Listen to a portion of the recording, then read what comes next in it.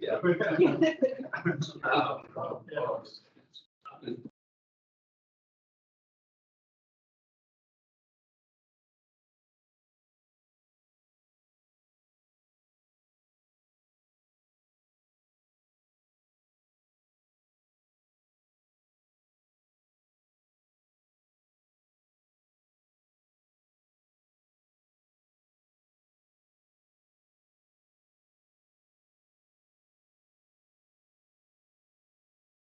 Still nothing. I'd like to welcome everybody to the meetings this evening. I'll call the Financial Services Committee meeting to order. I'd like to begin by acknowledging that we are in Mi'kmaq, the ancestral and unceded territory of the Mi'kmaq people. First, I'll have the approval of the agenda. I move you. Please go to second. Yes, Gordon. Have one addition, which is the warden's report. Finish for not having it in on that. Okay, so we'll make that J. 7J.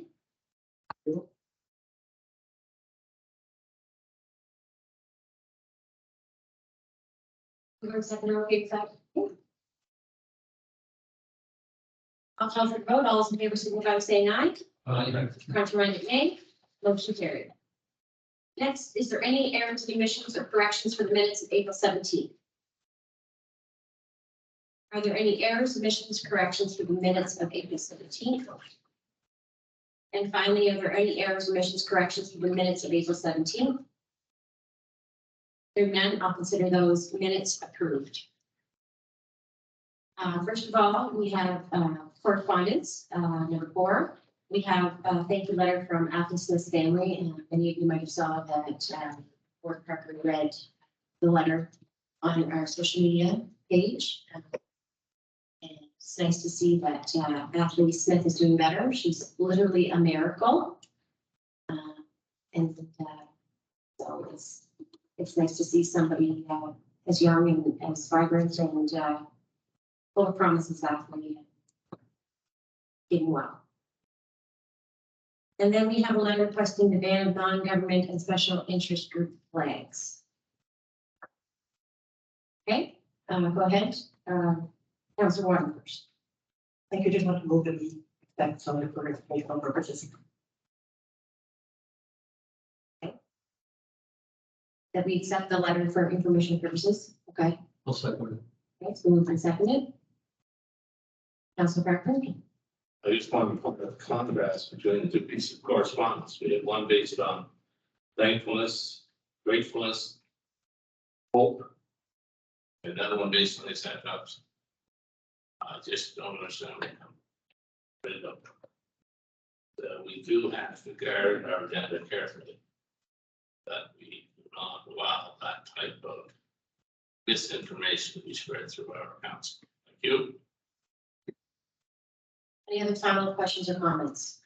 Call for the vote. All those in favor signify by saying aye. Aye. Contrary-minded, nay. Motion carried. Okay, we have a VON proclamation.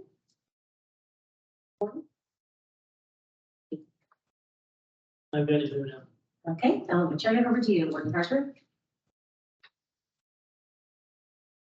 Whereas the Victorian Order of Nurses for Canada is a charitable, community-based healthcare organization addressing community health and social needs. Whereas VON ambulance nurses, home support workers, community service coordinators, and many other staff and volunteers have been caring for the lives and well-being of residents of the municipality of the county of Petco since 1898. And VON's nursing, health promotion, and support services make a contribution to the healthcare system in Nova Scotia, particularly during the COVID-19 pandemic. Therefore, be it resolved that I, Robert Parker, Warden of the municipality of the county of Petco, hereby proclaim May 21st to 27th, 2023 as VON Week here in the county. Dated at Petco, Nova Scotia on the 15th day of May, 2023, signed by myself, Warden Robert Parker. Is there a second? That's it. Or is VON and the next?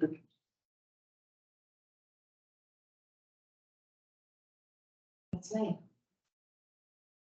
That's it. Maybe at least I cut his job. Okay, I think that should be, I won't read the whole thing, it should, the second whereas, should say whereas the BON Pickett County. Apologize to, the BON for sure for that mistake, I didn't realize till after I read it, the mistake was there. So with that proclamation, I do want to make a comment. I was quite sick for 5 or 6 weeks back in March and early April. And at the end, it was the BON that sort of came to the rescue. So the doctor recognized what was wrong, but BON visited me for 7 days in a row at home and gave me intravenous injection for cellulitis, which could have developed into something more seriously in a hurry. But I was so impressed, totally impressed with the, not only the professionality, the professional ability of the, those, nurses, both male and female, who came to our house. But also wasn't just the professionalness of them, it was the friendliness. When somebody comes into your house and, they're not just there to do a job, they're there to try to make you feel better. And so they were just exemplary, I think, of what I would expect a nurse to be. So, and when I read this tonight, it has more meaning than it would have had before that. And I want to thank all the BON nurses in this county and beyond, for the job they do for our healthcare system. They're sort of in some ways the unsung heroes. We're constantly talking about doctors and nurses in our hospitals and homes, everything, but these people are out on the road, trying to find the places and, going in, not knowing what they're gonna find when they get there. So, and I just want to express my personal thanks, to them for that. Thank you, Madam Chair. Okay, thank you, Mr. Warden, and thank you for the proclamation of BON Week, which again will run the 21st to the 27th of May. Okay, moving on.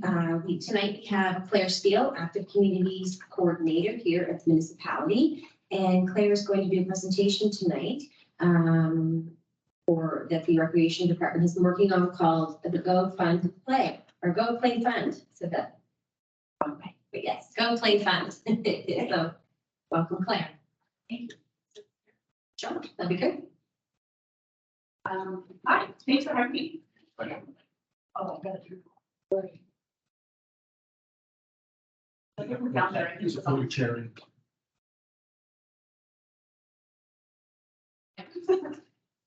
So presenting to you tonight on the Go Play Fund. So this is something that we've been working on in the Recreation Department for the last little bit that we would really like to unroll in the very near future. So it's kind of based on expanding the success of our Go Play equipment loan program and wanting to do more to increase access to recreation in the community. So the Go Play Fund was kind of modeled after the town of Kentville's Spike Fund. And it's a fund that community members can access to apply for funds to participate in recreation when they normally wouldn't be eligible for other funds that are out there. So the funds that are out there right now are quite limiting. Kids Sport and Jumpstart, they're wonderful, but once you reach a certain age, you're out of luck. So if you don't have the finances to participate, then if you're not a kid, then there's really not much out there. And in the wider sense of recreation, if you wanted to do something like art or dance, then those funds aren't available either. So the idea is that people could apply to this fund. We would participate in an intake process and make sure that they're not available for other funds that already exist. And then they would receive the money to participate in a certain type of recreational activity in the county. So it could be, like I said, drama classes, art classes. It could be a simple stay-at-home mom who can't afford to buy sneakers but would like to start walking or running. Fund would allow for her to purchase sneakers. So we wanted to keep it as simple as possible, so we wouldn't limit who is eligible for application. And that's kind of the quick and easy explanation. The idea would be that it's largely community funded. I have applied to the province for funding as well as both the community health boards. Cindy and I have included it in our budget for this year.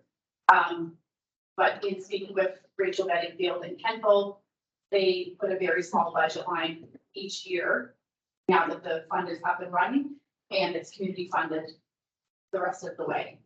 So community members could donate to this fund, receive a tax receipt for it, and we'll have it on all of our other registrations as well. So if somebody's participating in our swim lessons, then they would have the option, if they wanted to add to the registration fee, and the rest would be in the GoPlay fund. It could either go for somebody who wants to participate in swim lessons and can't afford to, or for something entirely different. So an idea that we had that council could participate in to roll out the fund for June 1st is the start of Recreation Month in Nova Scotia. So we thought it could be a fun initiative to roll out the GoPlay fund on June 1st, and anybody in the community who donates that council could match for that 1 month. So that is the pitch to you this evening. But if you have any questions about the fund and how it's going to work, I'm happy to answer the questions, or if you have concerns about anything, I'm happy to answer. Okay, perfect.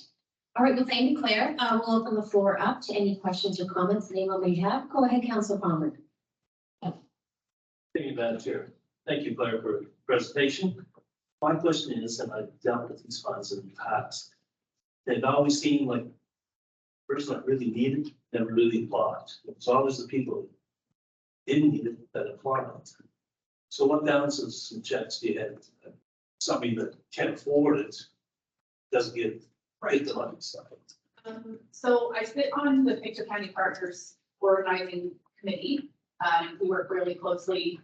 The other kind of members that are on this organizing committee are from Kids First, Big Brothers Big Sisters, Schools Plus. So we kind of have an access point to those people who really need it. So we'll use and trust in those community groups to be able to identify and hand out the application to the people who need it. I know where you're coming from. We're hoping that this will roll out similar to how the play boxes did. We were concerned that there might be some defective items in the boxes, but there ended up being more items donated. So yes, there may be people who will try to take advantage, but we're going to do our best to make sure that the fund gets into the right hands. So if you don't know the person, would you have access somebody, would you try to contact somebody? So the application that we have done, we do ask for a reference, and we ask for a contact of the recreational activity that they want to participate in. So if it's something minor like purchasing shoes, then there's hard to get a reference for that. But if it's for classes or something, then we would contact that person directly and say, and then we would pay the organization for that instead of just handing dollars to the individual. Just that I've seen similar funds like this be, right? But Yeah. people that didn't need it, or the people that really needed it, didn't ask for it, so. Yeah. Okay. So yeah, we're hoping by working closely with Schools Plus, Kids First, Big Brothers, Roots for Youth, that will make the best effort that we can to make sure that the applications get into the right hands. Okay, perfect. Councillor Butler? Yes, Madam Chair.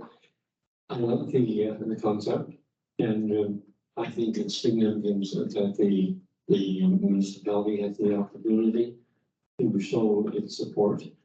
I think that if we were to match what comes in from the community, perhaps there should be a cap on what we would be matching, not to a certain limit. But I think that it's a worthy program and it needs our support as a council. Deputy Warden Murray? Thank you, Madam Chair. Thanks, Claire. Just to follow up on Randy's question, does the applications come to your department? Yeah, so the idea would be that it's a fillable application available online or a paper application that would come in directly to me, and then I would do the work to do that fact checking. Okay, thank you. Warden Carver? Madam Chair, I agree with Councillor Butler that I like the idea of the municipality helping to kick it off on the funding, but there does have to be if we get a really wealthy contributor, we're in trouble trying to match that. So, no, I think it's a great idea. We never want to have recreation activity to be limited by the fact that we don't have enough money to do that. That has been the case a lot in the past, but that's always a worthy goal, and it's been tried by a number of organizations. I just heard a little bit about the Spike one when I was at the spring conference for NSFM. So how much of a budget do they run on most of the time? You only spend, you can only spend what you take in. Right. So what is their sort of level there, you know? So in conversation with Rachel, so I believe that's who presented, Rachel Bedingfield, she's the recreation I director. don't recall the name, but I remember Yeah. the words, but. So she's run it really successfully for a few years now and only put $300 the last couple of years as a budget line in the recreation department, and the rest is community funded. So, But do you have an idea what that figure is, or what the community? oh, it's just the community. Yeah, just how many dollars they're dealing with? I don't know. Okay. I could find out the information. Yeah, no, that's fine. I just wondered the ballpark of how, you know, how much funds they have to deal with, because there's lots of demand out there, I think, but like, Councillor Palmer said, use for sure, use up your fund, you know, before you should, but, no, it's a great idea, so, I like it for that. Okay, any final questions or comments? Seeing none, I thank you, Claire, again for coming. Oh, sorry. One question, Claire, did you say you put some budgets, some funding in your budget or what they want? So we put in $1,000 this year just to kind of get up and running, and then, haven't heard back from those applications yet. I believe the province will be successful, but that was more for the branding of the program and not necessarily for exposed community. The community health board asks were for that support. So, Madam Chair, should we put out a figure that would like to get into that fund for the startup? Sure. So this would be the amount that we would match for the month of June. Do you have a suggestion or a motion, anyone? Say another 1,000. I put 1,000 for up there to start. Also, second.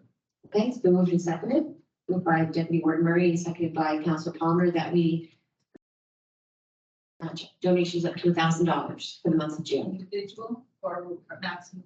Oh, a maximum total.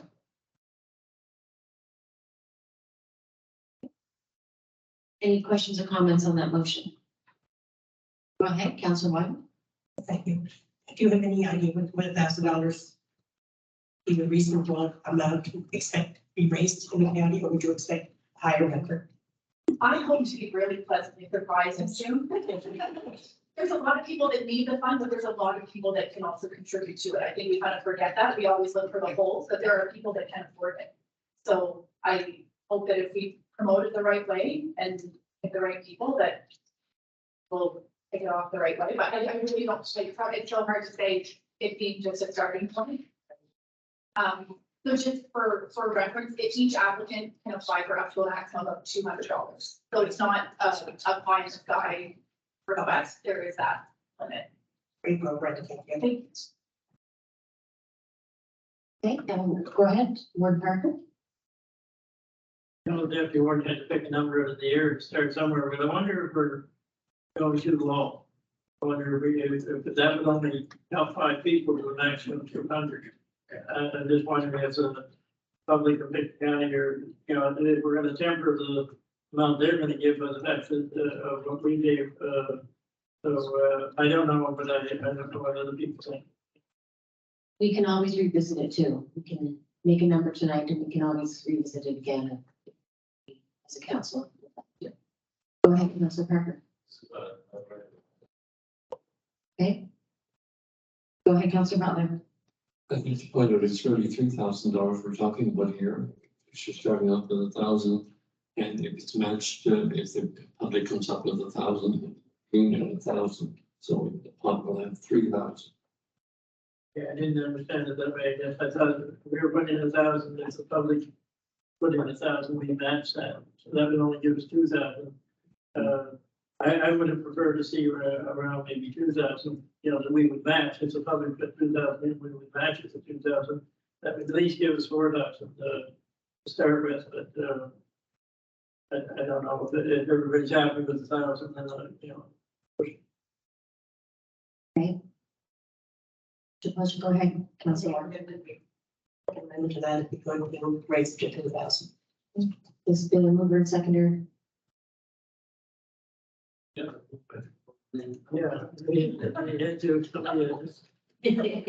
I'll second that motion and I think. Okay, so moving second that we amended to $2,000. All those in favor signify by saying aye. Contrary nay. Motion carried. Okay, so and then the main motion as well. We have a main motion for the $2,000 to match. I hope we're very pleasantly surprised. Me too. I'm happy to provide an update partway through the month of June, just to let you know where we stand and where we are. And are you going to be, this will be blasted in social media, I assume, too. Yeah, so we'll do a whole June Recreation Month campaign. This is what we're doing. Great. Get in here and donate. All right. Questions been called. All those in favor signify by saying aye. Contrary nay. Motion carried. Go ahead, Councilor Parker. Just wondering if this being recorded, that it's available for the public. Is the cameras on? I don't see it on our things. On our tennis screens. It is. It's being recorded. It is. Okay. Well, thank you so much for coming tonight, Claire. And we'll be excited for an update. Me too. I'll be excited to hear it. Thanks, everyone. Thank you. All right, councilors, we'll move on to our reports. Number 7, the first report we have this evening is recreation.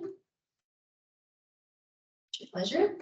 Move. Moved by Councilor Butler, Okay. seconded by Councilor Palmer. Any questions or comments on the recreation? Go ahead, Councilor One. Thank you. Just one comment or a couple of comments, but on the volunteer recognition, that was a great evening, and kudos to the recreation group for putting that on. I think that's around the city.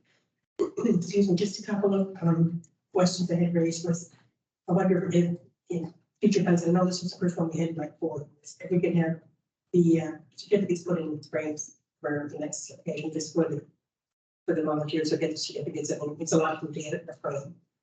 And I think I wonder if council could sometime consider maybe over the next year whether a separate youth recognition award should be given, because that group from Northumberland were amazing, and the work they do from the school, I think, be worth council's while to recognize a youth group that's so willing to volunteer up there and do the work they're doing. So it may be something council would want to consider, this having a separate youth award. All great suggestions. Go ahead, Deputy Warden Murray. Thank you, Madam Chair. I was also asked by Rick here that we create a group of the youth. Not a group, just a person, because there's some volunteers out there that do a lot of good work. So I'll just pass it on. Claire, once she's here, that maybe we'll get lucky. Am I able to speak to that? Sure. Sure. So we've already noted it for next year. It's been a bone of contention for me for a long time because the provincial process to nominate a youth is triple than to nominate an individual. So I have expressed that to the province. The youth needs to write an essay, they need to find references, and the adult nomination, you just put the name forward with a phone number and a photo. So it's quite frustrating because there are so many youth that do wonderful work, Northumberland being just one wonderful example. So that's already on the books for next year. Yeah. It's great. Yeah, it's because a lot of municipalities do that. So it's nice to be part of that as well.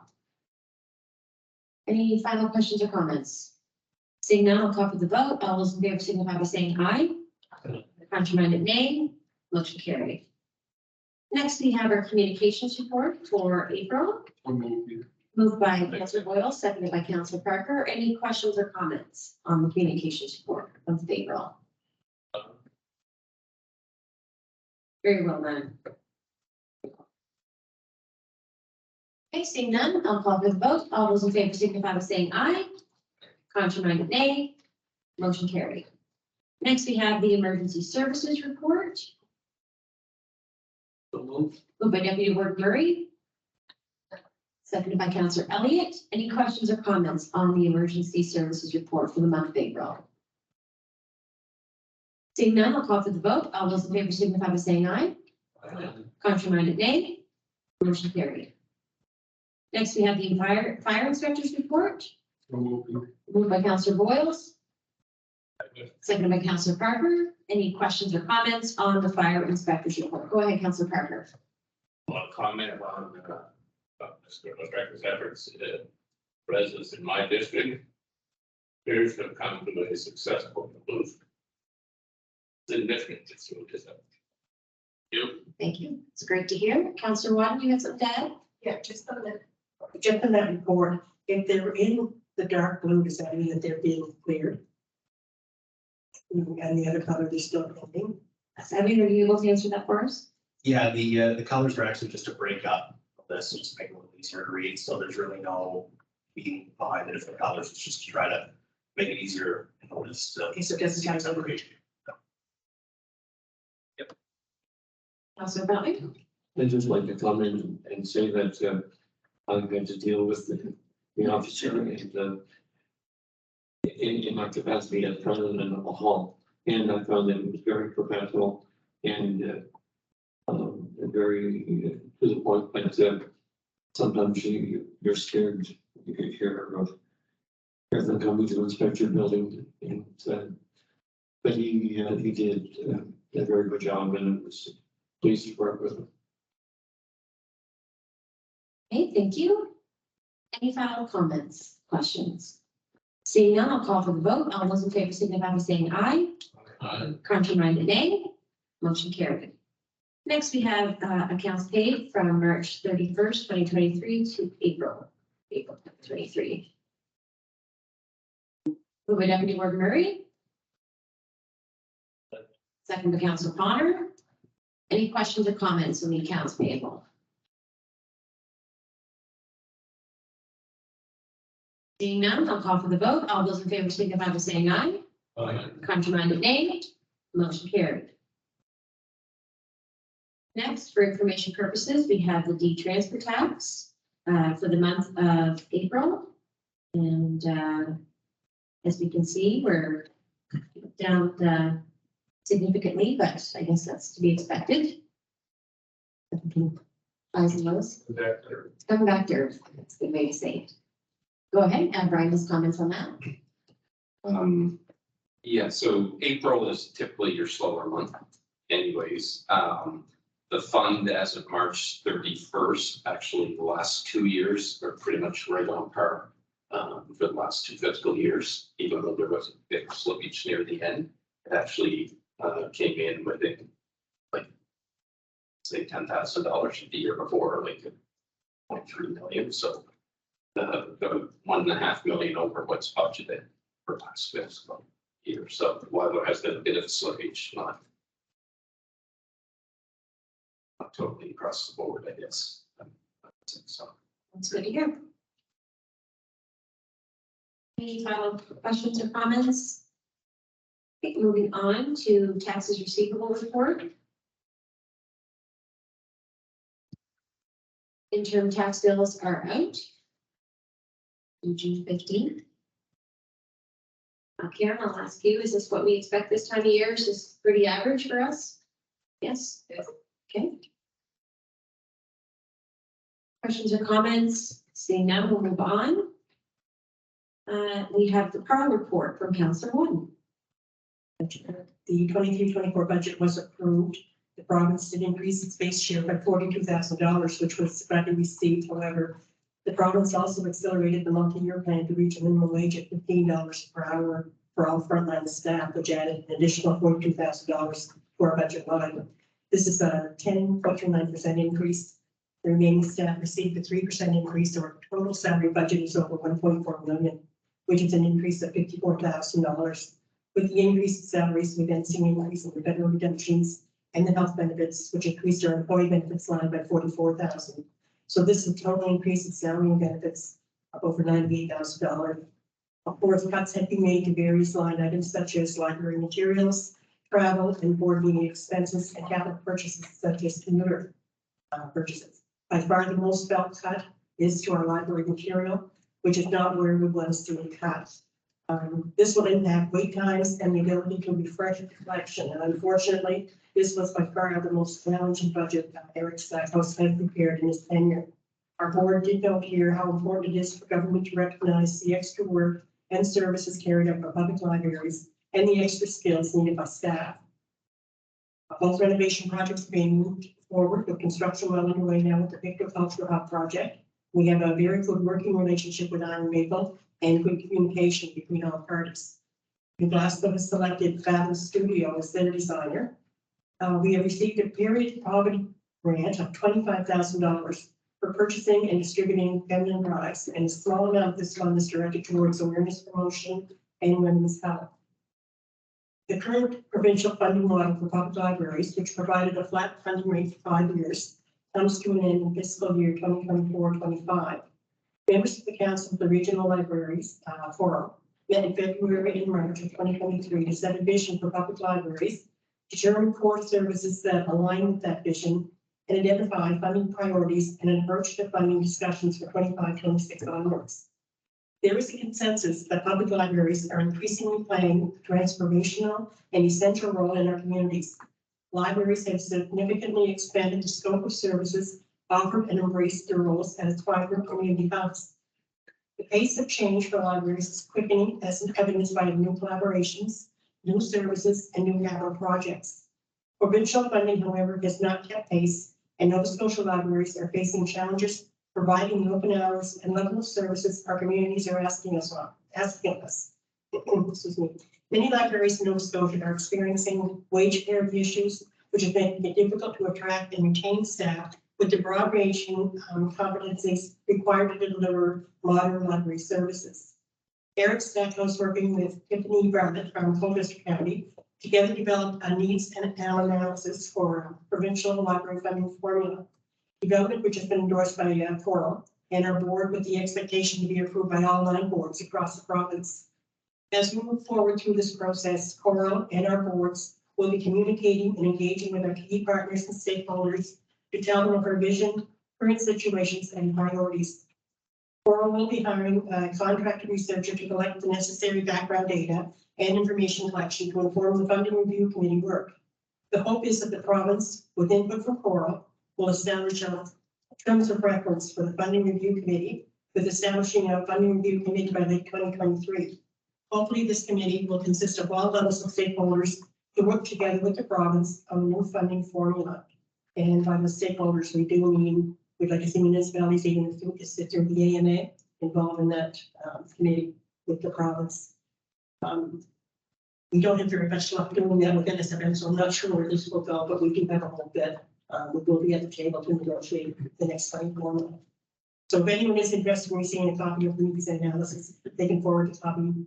I can forward the copy to you, but you will be hearing through the library board on this next adventure.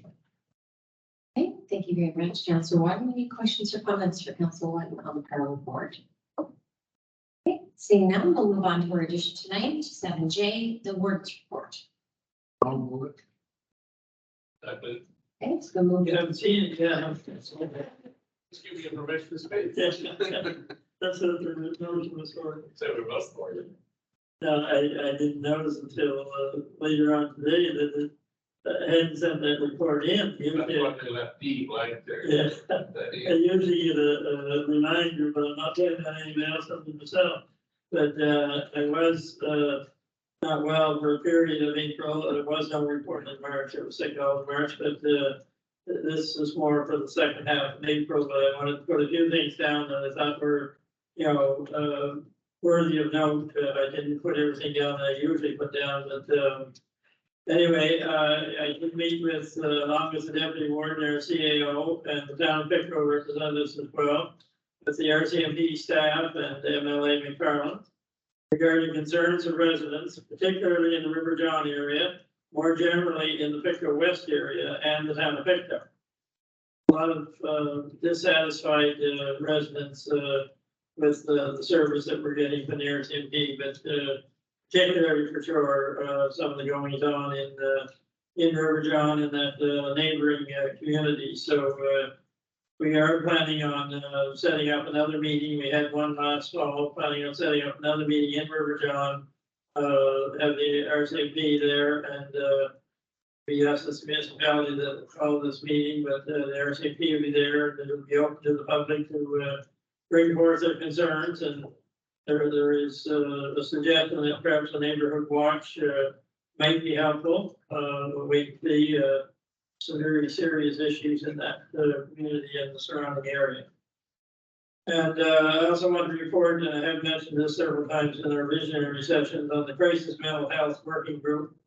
About 2 weeks ago now, we had a very good meeting. I give a lot of credit to 2 mothers for stepping forward to address the issue of suicide. They both lost their sons, and it took a lot of courage to sit in that room, and both of them had pictures of their late sons there with them. And I think it really added something to the meeting. We weren't out to re-traumatize them. These mothers had offered, they wanted to do something that would help somebody else. And we had a lot of representatives there that day from the Northern Health Zone, as well as from the Aberdeen Hospital. And we had representatives from 4 of the 6 municipalities. It didn't work for a couple. Out of that, we're very hopeful that we're getting somewhere on our asks. Our asks are to be able to divert people with mental health challenges when they come into emergency at the Aberdeen, not to sit there for 6, 8, 10 hours. And to have professional help available on call for them when they come, not on Monday morning. And to have some beds there if they need to be kept, for their own safety and the safety of others, to have some beds. Those are the 3 asks, and they have been consistently for the last 2 years. So we're hoping there's future meetings being set up now to try and make these a reality. And the third one I want to mention was the Dean's Gala. I thought it was, of all the ones I've gone to, I thought it was the best one yet. This one was held at the Glasgow Square, I believe it was. So Councillors Butler and Boyles and Dave Carter were there along with myself. But everything was very well done. The food was great. Guest speaker was great, Jim Kite, not Jack, Jim. And I did recall the name once I'd heard it a few times. He played in the NHL for many years, totally deaf. And that was, quite a story that he told of, and it was genetic or whatever. All his brothers, not his sister, but all his brothers were also had that same deaf gene or whatever. But he was able to, be a steady player for about 10 years in the NHL. So he was a great, and already forgotten again, you're gonna have to remind me, Councillor Boyles McKeeman. Gordy or whatever, McKeeman. He was just unreal. The performance he put on that night on the stage, everything from dancing to singing to he played the fiddle standing on somebody's back or something like that. So the whole evening was well worth being there for, I guess. I also attended the day of mourning memorial service for those who lost their lives at work this year. The 28 in total in Nova Scotia in 2022. Councillor Boyles was also there at the Trenton Park and made a wreath on behalf of our county. And I attended the 150th anniversary kickoff for the town of Pictou. It's their 150th anniversary of their incorporation this year. And finally, of course, been mentioned before here, the volunteer banquet held at the Wellness Center. Again, everything very well done, and congrats to our staff. Put a lot of work into this. And we need to fine tune a little bit. Unfortunately, our winner, David Hillier, wasn't able to be there. But when we did just the way we did it this year was a little different, so nobody knew who was going to win. So it would have been nice to have him there, but he's still very deserving, and we'll be going to the provincial in September. And Alex Stereo from the local radio station did a great job there as well. So that's just a few things for the end of April, Madam Chair, that I attended on behalf of the council. Okay, thank you very much, Mr. Ward. Is there any questions in the warden's report this evening? Go ahead, Councilor Boris. Not really a question, it's just that, I think Tim Kyle was 17 years, he said, in the NHL, and he played in 5 different teams. He said he beat Gretzky by 1. And a great speech he had. Okay, go ahead, Councilor Wyden. Thank you, Madam Chair. Just on the policing issue of Fort Leopard. I know that these were meetings concerning the Victor West, but there is a real concern out there, Victor East. All of that, and I think anyone's been reading news the last couple of days, we had another serious break-in down on our way for Concord, and it was from a bidder suspecting artist in our area who spends thousands of dollars on their sculptures and think that they broke into the studio just outside of home is very scary, and how they got those sculptures out. We're still kind of puzzled about that, but there is a real concern in my area as well. I think all our areas about the presence of the police and seeing that like that is a major concern in the districts. And I didn't mean to say that there wasn't in Pictou East, it was this one was held with the town of Pictou, because they were having a lot of issues too. But we can certainly set up a meeting in Pictou East. We did, but we went to the area where there's not a lot of problems. I guess we went to Thurman and nobody showed up other than Randy Diamond and our CEO. I think maybe just Sue was there and whoever unlocked the door for us. But no, we just need to find a different area maybe. But I did hear that on the news. It's sad when people put so much into their businesses and into their efforts and then you know, have people do that. It's the same with our internet. Remember John, not Tom, that put so much into it, and then Concord seems to be worth more than gold right now, I think, and it's got more attraction to it anyway. But certainly if councilors in that area have an idea of where to hold a meeting, I'm sure the RCMP is more than open to have a similar thing set. Okay. Any other questions or comments? Seeing none, we have a mover and seconder. It was moved by Councillor Dewar and seconded by David Parker with that for acceptance of the board's report. Call for the vote. All those in favor signify by saying aye. Contrary-minded nay. Motion carried. All right, next we'll move on to municipal service grants. We'll start here with District 1. I'll do these district by district. First, we have District 1. We have Sutherland's River Pioneer Cemetery, $500. American Mission Area Recreation, $2,200.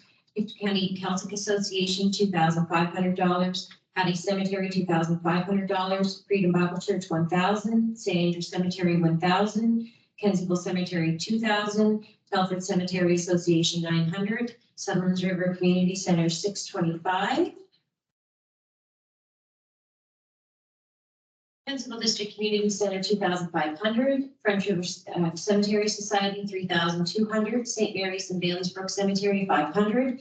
Lismore Community Center, $2,500. American Mish Cemetery Company, $2,100. Thorburn War Memorial, $500. District 1 Newsletter, $1,700. American Mish Schoolhouse Streetlight in the amount of $40, and that grand total there with the committee tonight for approval is $26,265. Councilor Butler, do you want to make that a motion? Yes, Madam Chair, I so move. Okay, moved by Councilor Butler, we accept that, and seconded by Warden Parker. Any questions or comments? Seeing none, all those in favor signify by saying aye. Contrary-minded nay. Motion carried. Next, we have District 3, Caribou River Community Hall, $3,000. Caribou River Upper Cemetery, $2,000. Central Caribou Cemetery, $5,000. Central Island, Caribou Island Cemetery, $700. Waterside Cemetery Company, $2,000. Seaboard Cemetery, $2,000. St. James Mill Dam Cemetery, $1,600. Bayview Community Hall, $2,500. Caribou District Fire Department, $5,164. And Halliburton Pictou Cemetery, $4,000. And then finally, the Bayview Hall Streetlight in the amount of $40. Moved by Deputy Warden Murray. Seconded by Councilor Palmer. Any questions or comments? Total there. $28,004. All those in favor signify by saying aye. Contrary-minded nay. Motion carried. Next, we have District 9. We have a Hillside Community Center in the amount of $10,000, Hillside Cemetery $2,000, preschool Walkerville Cemetery $2,000, and Line of Sea Fire Department $10,000 for a grand total of $24,000. Move. Moved by Councillor Boyle, we have seconder. Seconded by Councillor Parker. Any questions or comments? Seeing none, I'll call for the vote. All those in favor signify by saying aye. Contrary-minded nay. Motion carried. And last but not least, we have District 10, IOF, Moore Lodge number 17, Oddfellows, in the amount of $3,000. Okay, it's been moved by Councillor Farmer, seconded by Deputy Warden Murray. Any questions or comments? Seeing none, I'll call for the vote. All those in favor signify by saying aye. Contrary-minded nay. Motion carried. Okay, next we move on to number 9, the 2023-2024 grant review. The grant committee met twice, I guess one 2 weeks ago and one again last week. And this tonight is for information purposes only. We will not be making motions on this tonight for approval. This will be part of our budgetary deliberations when that happens. So I'll ask if there's any questions or comments on the grant requests tonight.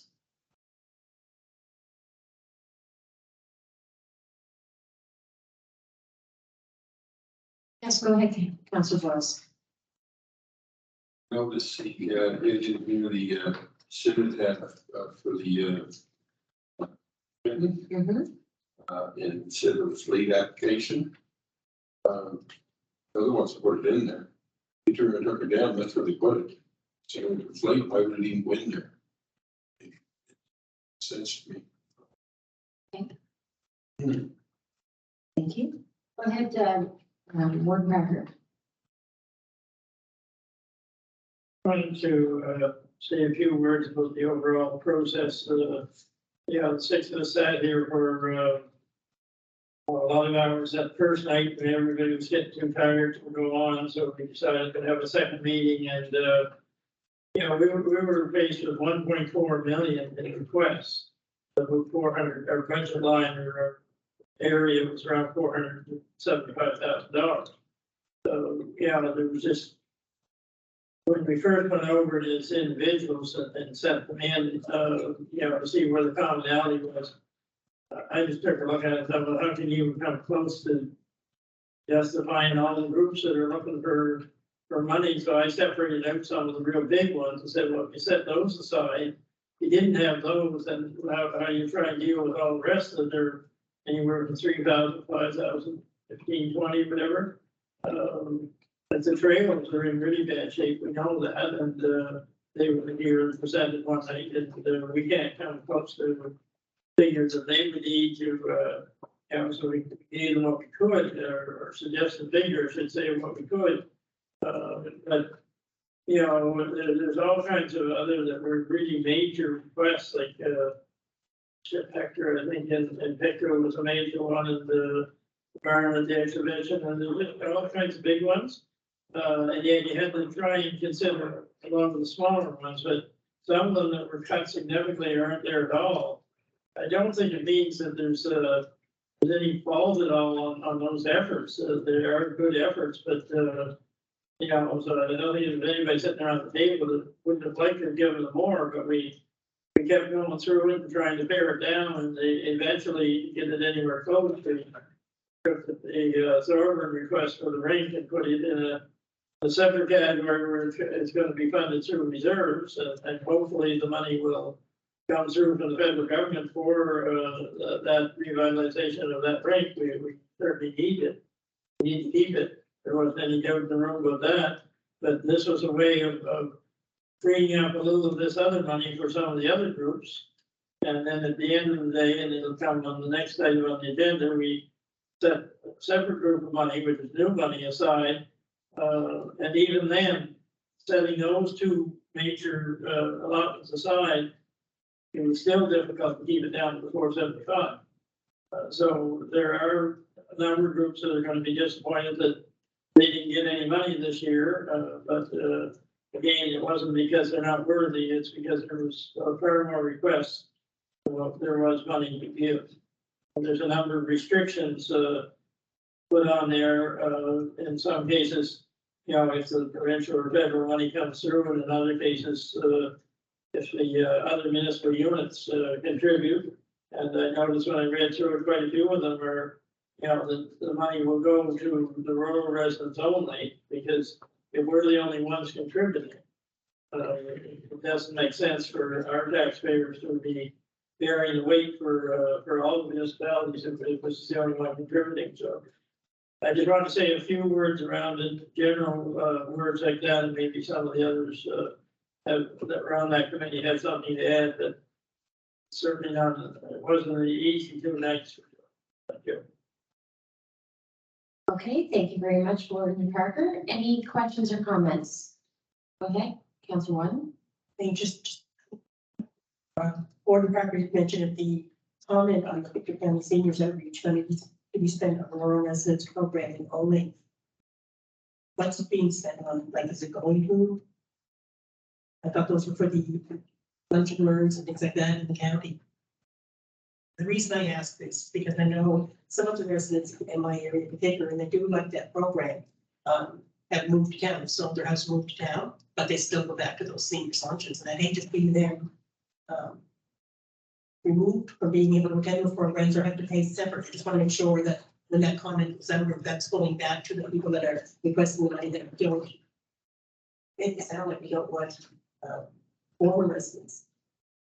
I can address that. I believe it was in their application, they had, it was like for hall rentals and catering and that sort of thing.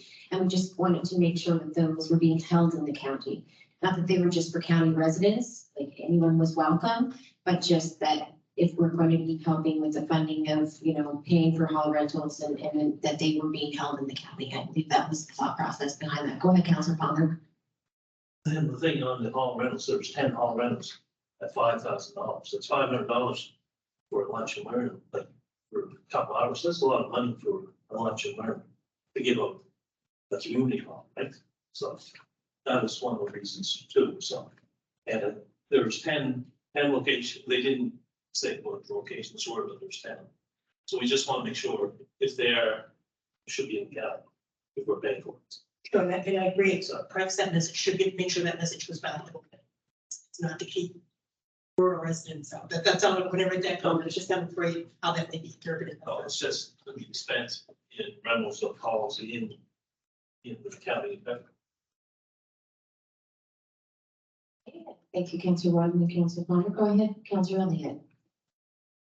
I do see one on there that says the committee felt that it was best served by municipal service grant. Well, the amount of 5,000, I just wanted to just let you know how it works, because that would left me with just a little over 20,000 if I had to give you 5. And the funding is tight. I think it was 58,000 was requested. I only have 26. So if anyone was coming forward with a 5,000 municipal service grant request, it wasn't going to happen in my district. So I don't want people to be swayed to ask for 5,000 in a municipal service grant. It's not going to happen. Okay. Thank you, Councillor Elliott. Any final comments or questions?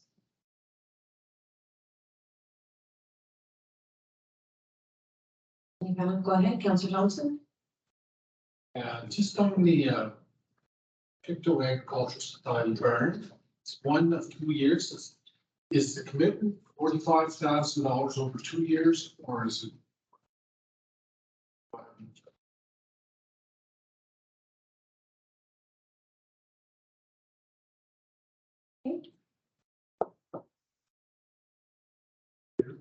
All right, yes, go ahead, follow up. Is there contingencies on these grants that they get funded from other on all of them or on some of them, or is it on all of them? I don't know. Well, when the grant applications, they would have said where they applied to. So if they had applied for provincial or federal funding for their project, that was contingent on them, depending on the scope of the project, obviously, but So for example, the Burns, the Burn project, is that contingent on other funding?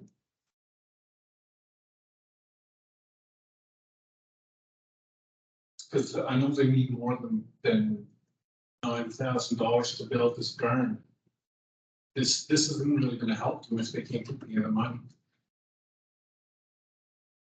I just don't understand the rationale there, that's all. Thank you, Councilor Thompson. What exactly you want to hear from the committee? Want What I do know, obviously, there's some problems now because the gentleman that was gonna build the burn passed away 2 weeks ago, so that's, put them in a bit of a bind, but we had to treat it as we can't make decisions on who's still with us and who isn't. You have to make decisions on the value of the project. But I believe, they are applying for other money. They haven't applied yet, I don't think, but that's what Lynn mentioned, the night she was here anyway. So we couldn't make it based on that if they hadn't applied. But, they have a number of other things going on, I know, of raising money now. To try and, they came to us to a certain amount, but certainly not for all of it. They knew that we weren't able to give them all of it, so there is a lot of fundraising projects going on now, I know that. Are working toward raising more funds for that, we knew it was low and they figured they could do a lot of it with volunteer labor. What the thinking is that, it's cheap for that size burn, but now that they've lost their main volunteer, it has to be seen like that. Okay, Councilor Thompson, rebuttal. Yeah, it's not a rebuttal, I'm just, for me, if you're treating all of these organizations are nonprofit societies, they're all the same. Let it treat them the same way. And if there's some groups, their projects are dependent on getting funding from more than one source, like this project, and they have a contingency on them that they won't receive any money until they raise or are awarded other funding to do the project. Because they had a check out for $45,000 this year when they don't have enough money to build this burn isn't helpful. I'm not saying don't agree to give it to them, but treat them the same as everybody else that's on the list. And have it contingent on the funding. That's the way, you gotta be even-handed with this. And picking and choosing which ones have contingency on them isn't fair. Okay, thank you, Councilor Thompson. Go ahead, Councilor Parker. I think the North Dakota Fair Corporate Society has a long history of being doers. The burn there, supposed to build, when they built them in size in 1988, I believe. The J. Allen Gate built it for 8 months after that. But yes, it's most unfortunate they lost one of their key volunteers. The man who was spearheaded this particular project. But to say that they have to be treated the same, and they came in with a $250 million budget on what anyone else would spend at least $500,000. And that's because they are a lot of great volunteers also, and they have a long history of getting it done, finding a way to get it done. Those are the kinds of, we had other applications that were Cadillacs. Very best of everything. These people were kind of saying, we're going to cut some corners. This is a burner for cattle and horses that only gets used a few weeks a year, a few events a year. We're not going to make a Cadillac. Okay, so to say we have to treat people fairly, we are treating them fairly. We are making judgments on their ability. But we're making judgment on whether or not they have come. Will they bare bones approach or Cadillac approach? Personally, I'm always going to support the one that's trying to be for human. Thank you, Councilor Parker. Councilor Lind, I saw your hand up there. Do you want to have one final comment?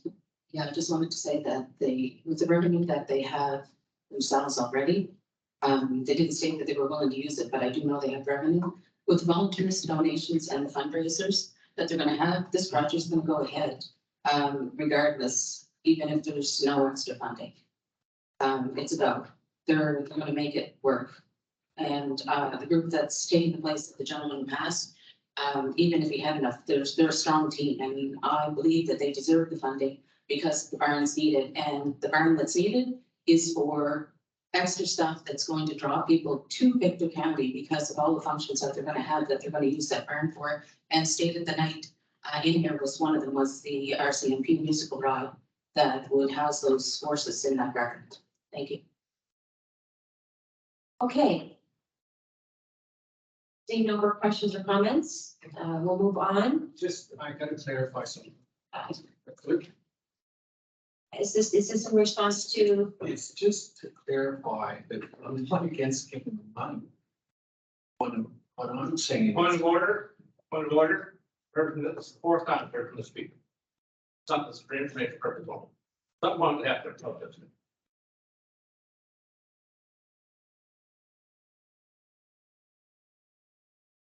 is there anything you to add, Councillor Thompson? I'm not against this project. That's all I'm saying. It's just a process of providing them the money. That's. The contingencies are on other projects. That's all I'm saying.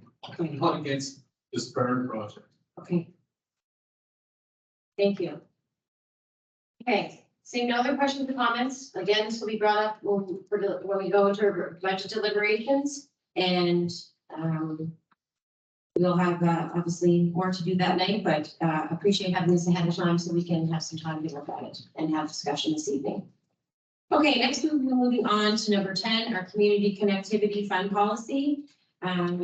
This is in relation to our planning sessions that we had earlier this year for strategic planning sessions and our talked last week at the committee of the whole meetings concerning our connectivity project, especially for the halls that we had made application for. So Brian, I'll turn this over to you, and you can provide some more explanation. Sure. So just the, I guess we'll call them the highlights. So for this fiscal year, the amount was set at 150,000 for the projects that will be recommended for funding. In subsequent years, if there's any money left over in any particular year, that money can be reserved for future years, I think. So that is one of the, I guess, highlights. The manses, fire halls, church halls, and arenas are not eligible for this grant, is what the committee reviewed and are recommending. So the fund is to be used to assist with the creation of new recreational opportunities or destinations such as parks, ball fields, tennis courts, pickleball, etc., to refurbish existing community halls or centers, or to help with the costs to build new community halls or centers. The facilities must be located within the municipality, Victor County. The municipality, similar to our previous policy, will provide for up to 40% of the project. And an organization that receives a grant under this fund is excluded from getting funding for 5 years after under this fund.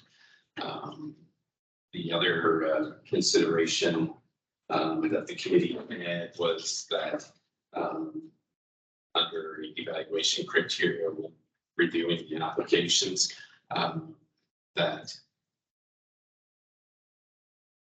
the money be fairly distributed, I guess, across districts, type thing. So if a district receives funding this year, and there's additional applications in subsequent years, that a community hall in a district that hasn't received funding would get preference first before we would reinvest in the district a second time.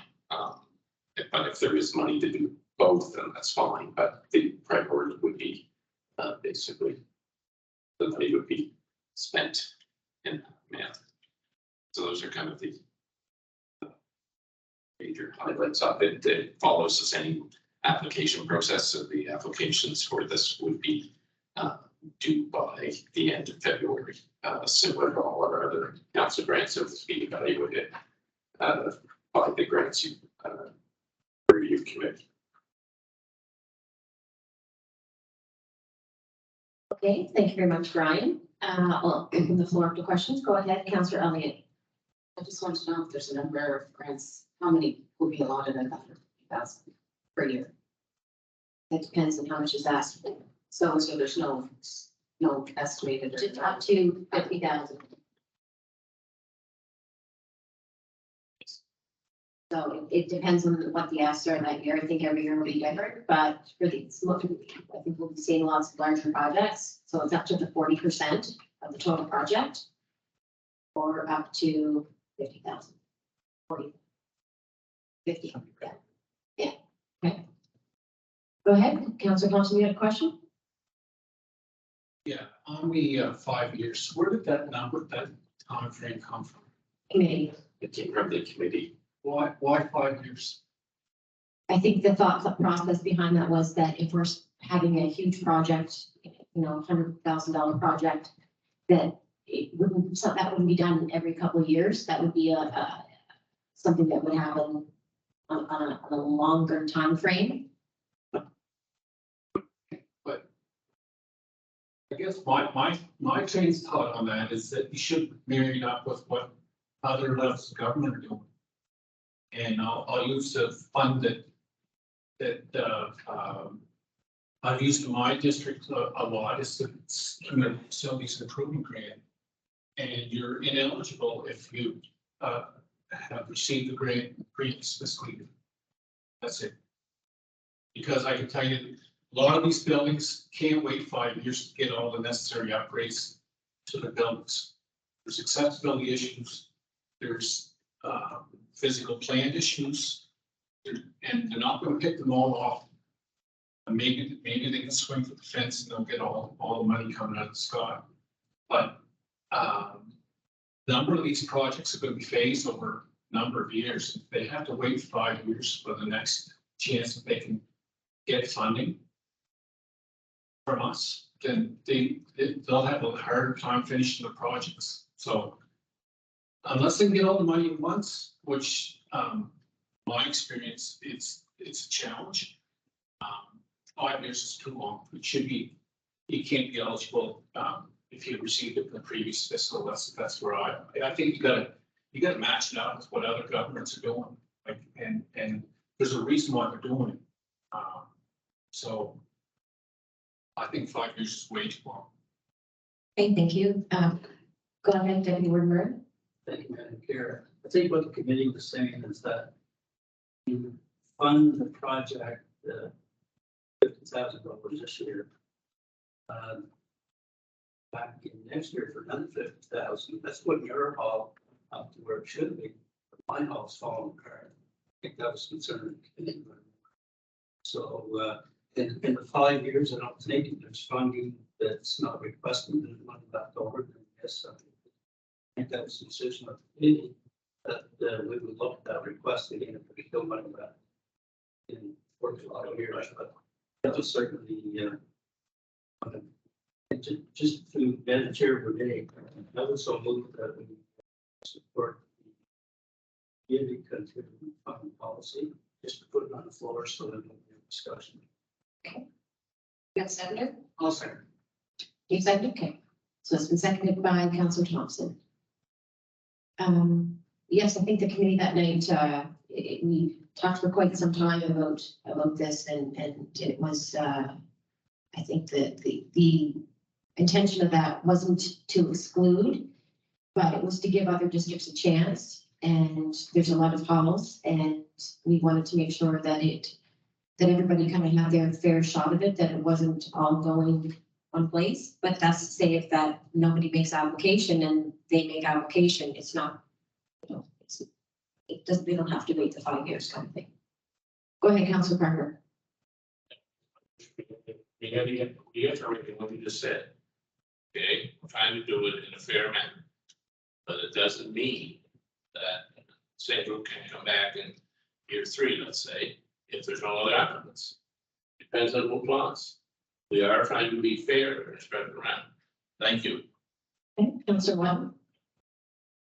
Putting the 5-year stipulation on there because I know, I think community center in my areas would wait 5 years before they apply again if it's not as a rule. So I don't know why we couldn't leave the 5 years out of there, just have something like preference would be given to community that hasn't received this funding passed.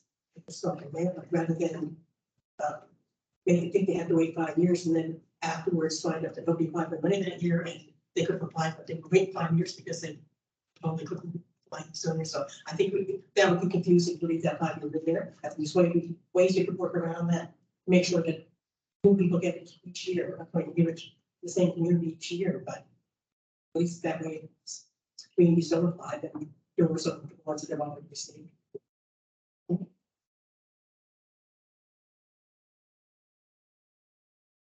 Questions or comments?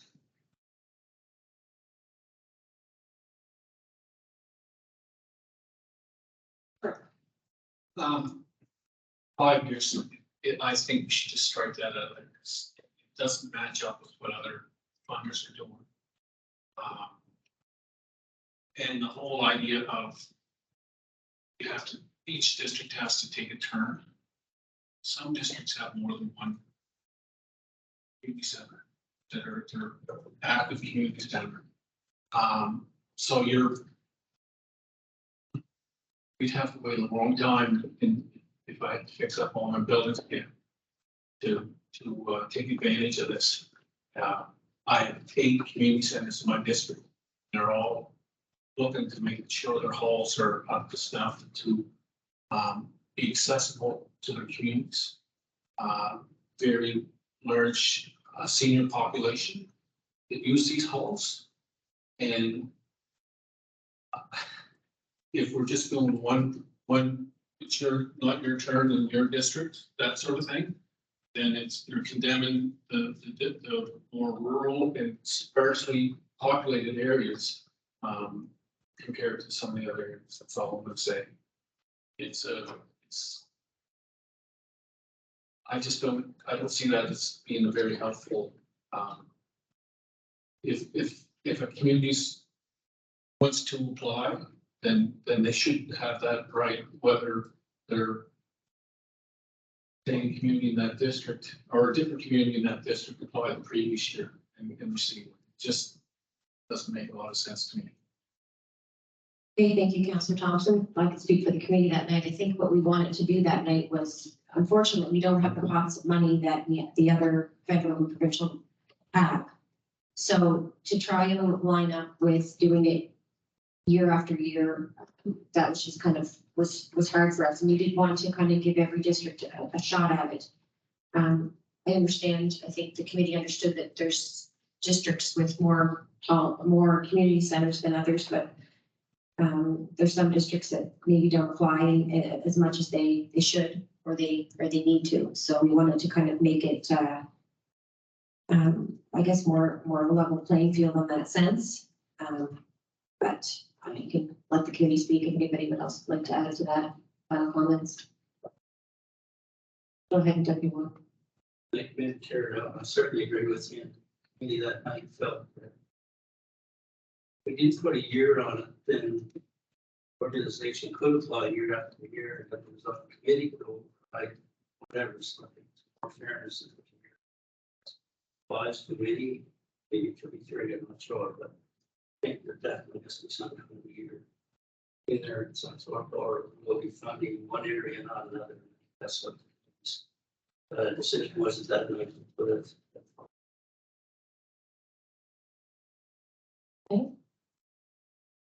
Any comments? Yeah, go ahead, Councillor Palmer. Of that meeting that night, I suggested 3. But I thought it was too long because of, say, like Councillor Thompson said, that community halls, some of them can't wait 5 years to go to the second round. If they did the foundation 1 year, they did the roof another year. 5 years, a long time to wait. So I'd like to see it changed to 3, but may be eligible if other community halls are, if there's money available through with other community halls. It wasn't a big ask. Do we think that the big ask, it's hard to say, 40% is a good chunk of change, but in order to come with that 60,000 or 60%, you gotta hit your ducks in a row and you gotta help from other branch of government, so. There might be a big uptake, but to get that 60%, it's big ask for a lot of these groups. So that's why I'd like to see it change to 3 and suggest it and putting in there that maybe less of funds are available for us. Anyway. Thank you, Councillor Palmer. Go ahead, Board Member. I tend to agree with Randy. I know this was brought forward after a lot of discussion as a starting point. You have to start somewhere.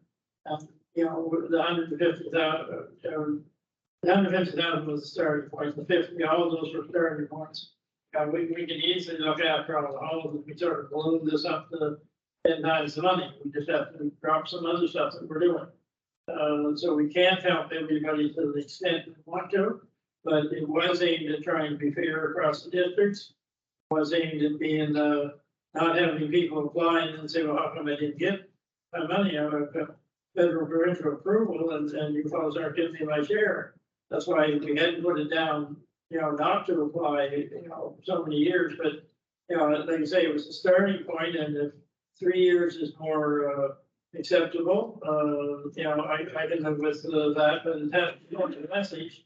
And the message is from here, I hear other around the committee speaking tonight, have been, that if there's still money left in the pot, and then we can look at the other one, so they can apply from that same whatever that already got money last year.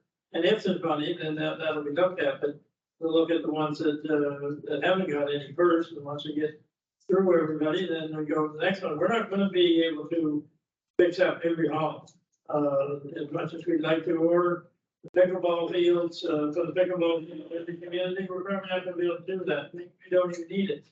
But, we start somewhere, so if the consensus of 3 years is better than 5, there's probably other areas that over time that will change. I don't have a problem with, I'm sure staff would be willing to think a little bit to put that in there, if that's the consensus of the group. Brian, you want to change that in here?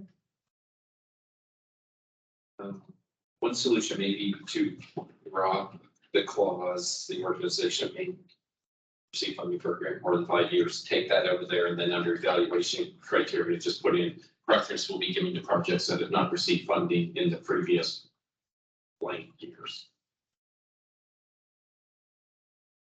A little more friendly. But is it 3 or 5? Okay, so there is a motion on the floor to be accepted as is. Unless somebody would like to make an amendment to that. Okay, Councillor Palmer, what would be your amendment? I would suggest what Brian said to people that add 3 years, but would be eligible if funds available. Okay, could we have a seconder for that? And that goes to, there's still community halls that apply, list community hall that funds, but there's money available. If they're doing a project that is worthy, then yes. Okay, so it's been moved by Councillor Palmer for the amendment and seconded by Councillor Wadden. Okay. Yes, go ahead, Board Member. Without community halls, but we're also got fields here. Yes, The understanding when we say halls, it's gathering places. and gathering places. Yes, gathering places. Okay, so we have amendment. So, So the amendment is preference will be given to projects that have not received funding in the previous 3 years or sooner if funds are available. so vote on the amendment first. All those in favor signify by saying aye. Contrary-minded, nay. Motion carried. And now we'll vote on the acceptance of the community connectivity fund policy. All those in favor signify by saying aye. Contrary-minded, nay.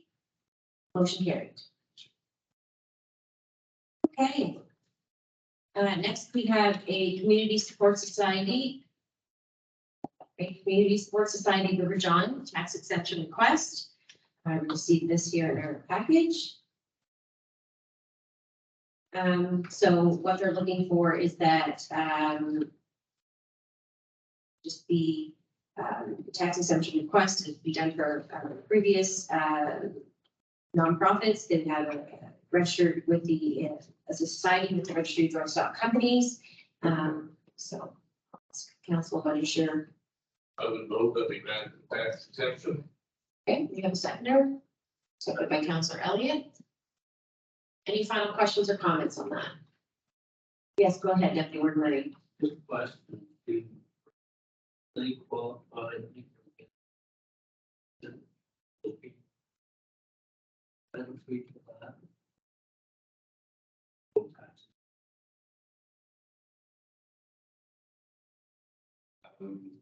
It probably does because of their status. They're using that as an offset to operational costs. Thank you. So I think it probably still.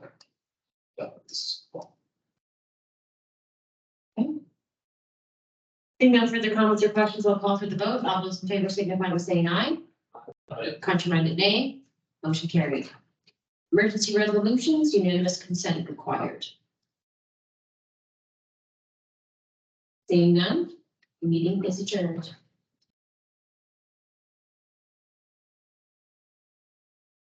You know enough, but Now, just, yes. any I'd like to call the property service meeting to order. First, I'd like to begin by acknowledging that we are in the Mi'kmaq, the ancestral and unceded territory of the Mi'kmaq people. Next is approval agenda. Moved by Councillor Boyles, seconded by Councillor Elliott. All those in favor, signify by saying aye.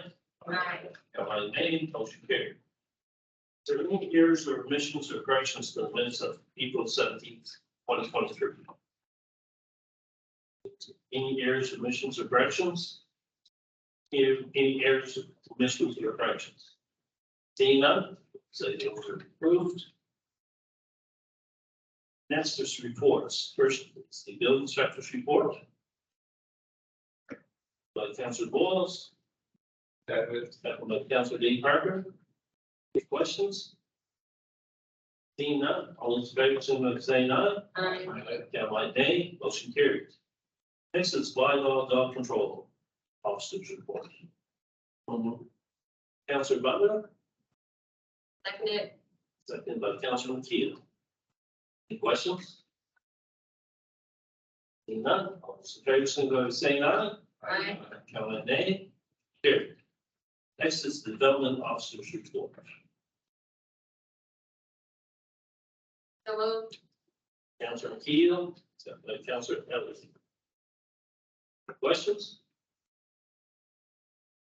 Seeing none, those in favor, signify by saying aye. Aye. Count by nay, motion carried. Next is street lights request. First one is in District 9, it's 74 Inglewood Road. Well, Yeah, the people in Inglewood Road, there's a mailbox in there. And they just wanted, light put up so that at that time and they stop the mail and out of there in the dark, people can see them. So, that's what the request is for. you want to make that motion? I make the motion to amend it. I'll second. Second. All those in favor, signify by saying aye. Aye. By nay, motion carried. Next is District 3, Maryborough Street Light request. Councilor McKeel? Yes, thank you, Councillor Palmer. I received a phone call from residents on that road. The pole was put up and there's street lighting all along that road. And it's just a very dark section that they would like to have that lit as well, just to kind of keep in things. And So I will make that a motion, Hampshire Street Light on Murray Road. Move, second. Second, Gordon Parker. All those, both. Councilor Watt, sorry. Not that I'm going to disagree with it, but I thought we had to have specific number for street lights. And there is. There's not. There's an app. Oh, there's a specific number. Okay, I didn't want to- okay. Not able to do that. All those in favor, stand by saying aye. Down by nay, motion carried. Next is land use planning update. Oh, Thank you, sir. okay. We continue to work with the consultant, sharing information. And they are putting together sort of base mapping and base, information. They're working on their, document. We are awaiting, their draft communication strategy as well. So we are in an ongoing discussion with them. Look forward to further updates this month, heading into the summer with the communications, public engagement strategies. The question for Mr. McDowell. Seeing none. Thank you, Lou. Next is the landfill and Fiona debris collection. Councilor Wallace. Yes, at the ratepayers meeting, it was brought up that they said, last year it was a great thing and then it stopped. And they said there's still so much debris around that people would like to be able to clean up. And they were wondering if they could put the same thing on at the landfill site again to give them the free, dropping off their branches to the landfill site for a certain length of time. So I told them I'd take it to the meeting. Something we'll have to see or talk to her. We have to go. That request would have to go to Shared Services. Do meet. Yeah, 2 weeks from today, they do meet, so. So that's something that the board will be talking about. Yeah. I'm sorry.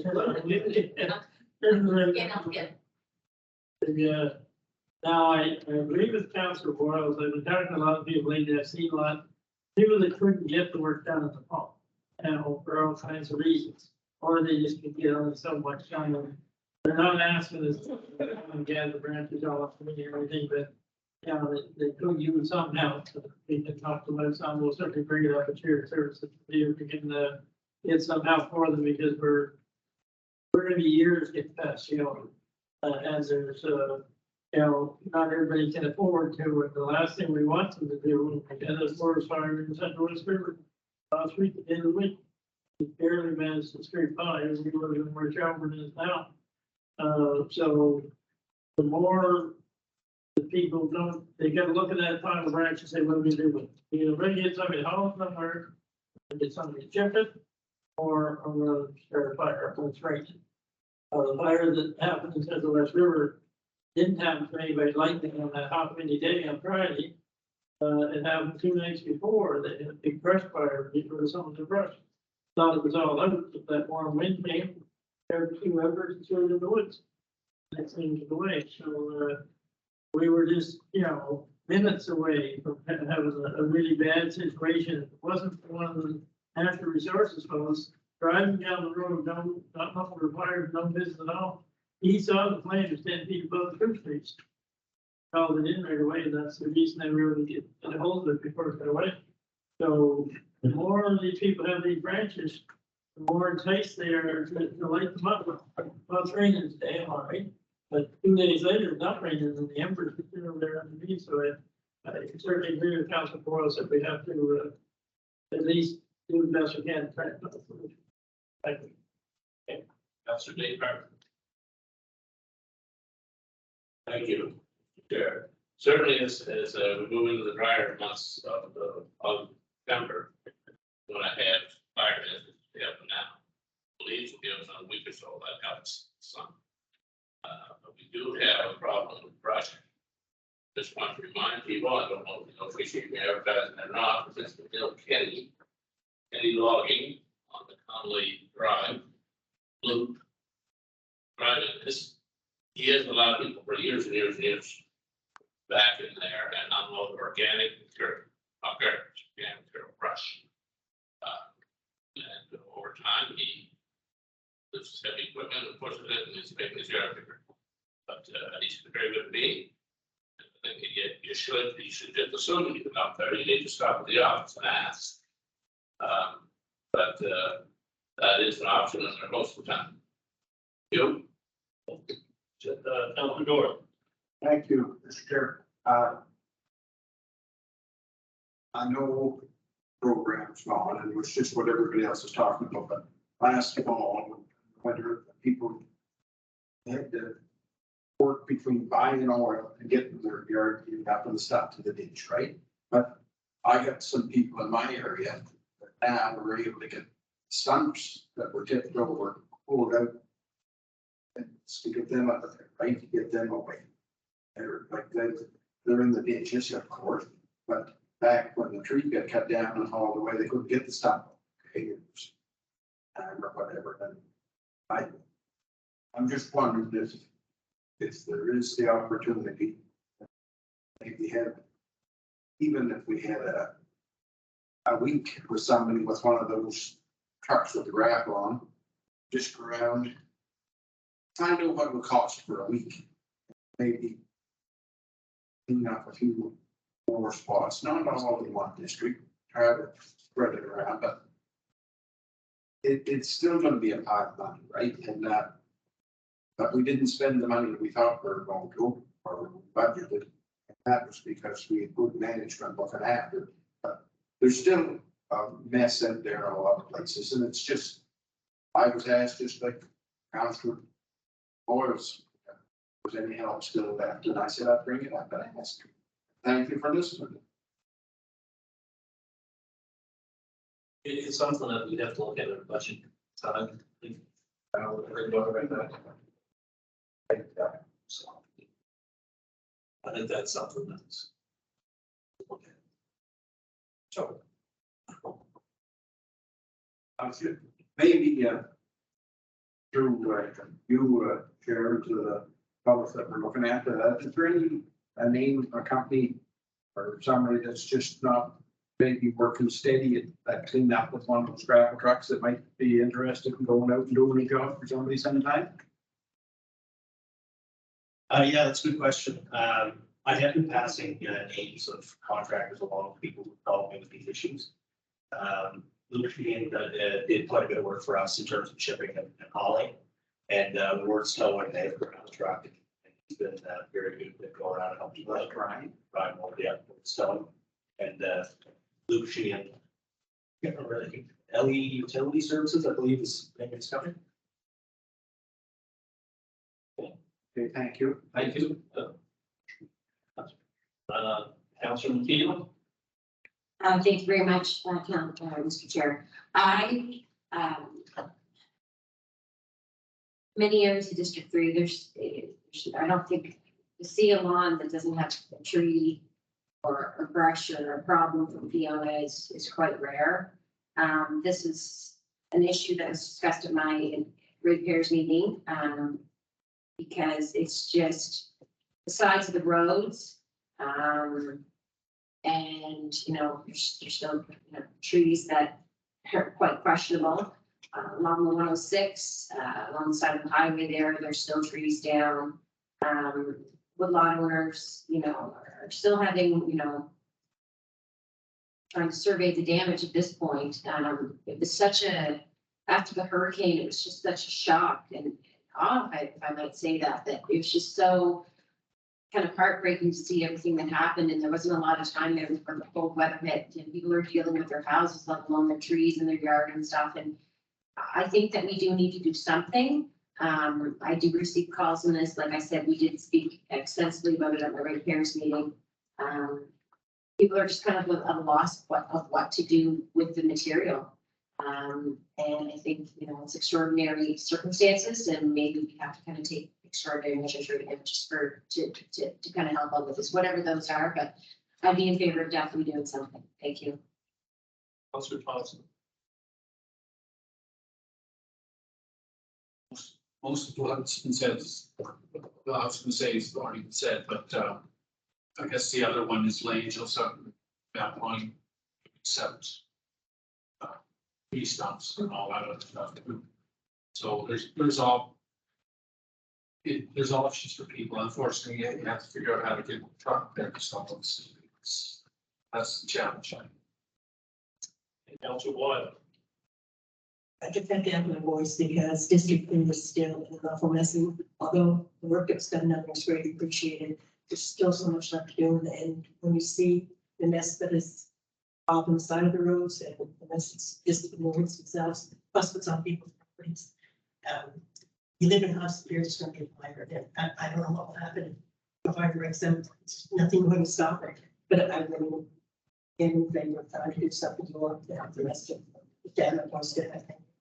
Council Butler. Yes, Mr. Chair, I'm wondering, have we received any communications from the federal government in regards to funding being applied for? We actually haven't been, we've had some later bills and stuff, so we haven't actually submitted. So.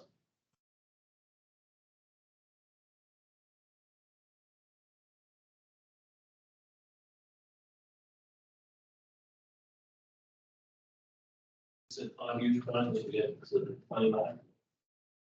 Sure, It could take them 5 years, the 10 years to decide whether or not it will actually be funded. I know, so it's 5 years, right, so. Okay.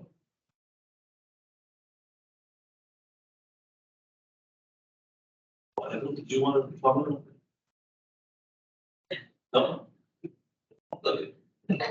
What would you like my comment on? Sorry. I don't know, Lane just said, I think everyone's comments, so I said. You know, how much was an hour? I guess what I was wondering what your thoughts on this, because you were in the whole scenario, so I think you should hear what you said. Yeah, I think when we talk about helping people out again, obviously it's great to help people. I heard the number of a week tossed around. A week won't touch. We won't even get around the county in a week, even if we didn't even pick really anything up. So I don't think a week's really gonna do a whole lot for you. And the other issue I believe that we'll run into is as we ramp something back up, we're gonna run into the same issues of people adding stuff after we comply. It's sort of gonna be this, I think, nonstop routine. And it's not that I'm against helping people, and I'm certainly not against doing the project again, but I think it will be nonstop if we continue. Just to add on that. I know people already pay people to clean up their lots and things like that, and say. Now you're offering it again. Well, if you had offered it, I would have waited, right? So I know there's five people in my area. And the contractor in, clean up their lots and things like that, so. I know it's very costly and everything like that. It's going to be the next couple of years, major fire hazard. So. Anyway. Board. I tend to agree with what the chair just said, that I know what people do, that they, to get their own roof as well. I missed the county once, I missed it, so I gotta get rid of this stuff, so maybe what we can do, rather than revamp, start a whole new program, because I feel like you'll always have another group of people who didn't get into this group. It is to give people more information on who they can call to do it on their own time and where the stuff can go. Give them the information. A lot of those people, I think, are quite willing to pay for it. Yes, there's gonna be some cases that simply can't, and maybe we have to deal with those as one-offs, but, a lot of people, I think, are more than willing to pay for it. They just don't know what to do, who to call, or where's the brush go. If you say that down the choice, and maybe I can let it match, that's a pretty poor choice. So I think it's, a lot of it, I'll certainly bring it up with shared services, but I think a lot of it's gonna be, we're suggested here tonight, the places that will take it. For people that have their own trailers or whatever, but there are also suggestions of people who would, be willing to do it, and that way we're treating people fairly, we're not saying to some people, you've already paid, but now we're going to have another program for city work. Counselor Lewis. Yeah, what was said here on all different aspects of it, but the fellow that asked me at the ratepayers meeting was cynical. He just wanted to know if they would open up, not to come around and come Kiddish streets, not to come around, all she wants to know is they're would open it up for a little longer, for them to be able to take them trees out there and get rid of them. So that's what he was concerned with.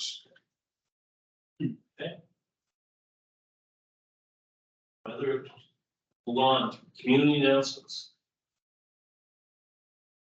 Community announcements. Counselor Dave Martin. Thank you, Mr. Chair. The Internet Information Meeting that was scheduled for tomorrow evening, May 16th, has been postponed because the hall was under renovation, putting in their generator and some electrical work. And it has been tentatively rescheduled Thursday, June 15th. Thank you. And the same hall, the Senator Biddy. Yes, Gordon Parker. It's the field that we've been talking about here quite a bit in Salem, Salem there, as well as Sarah, I guess now, Salem Area Recreational Association. So they're trying to get people out to see what they're doing and to, know what they're up to and take part. So they're having a flea market type of thing, on June 3rd, I think, whatever that Saturday is, anyway, Sunday is the backup. At the arena on the 3rd. So, just let people know that, come out and ask questions and find out what the plans are and what they're up to, and, they certainly applied for funding here and at the provincial level anyway now, and, have a lot of good stuff going for them, so if they must drop by that day, or what. Thank you. Anybody else? Is there any emergency resolutions?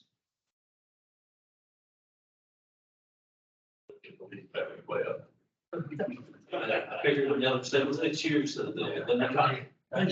it's 19 years for every round. We're 76. That's too great. Yeah. Yeah. Anyway, seeing nothing else, I call the meeting adjourned.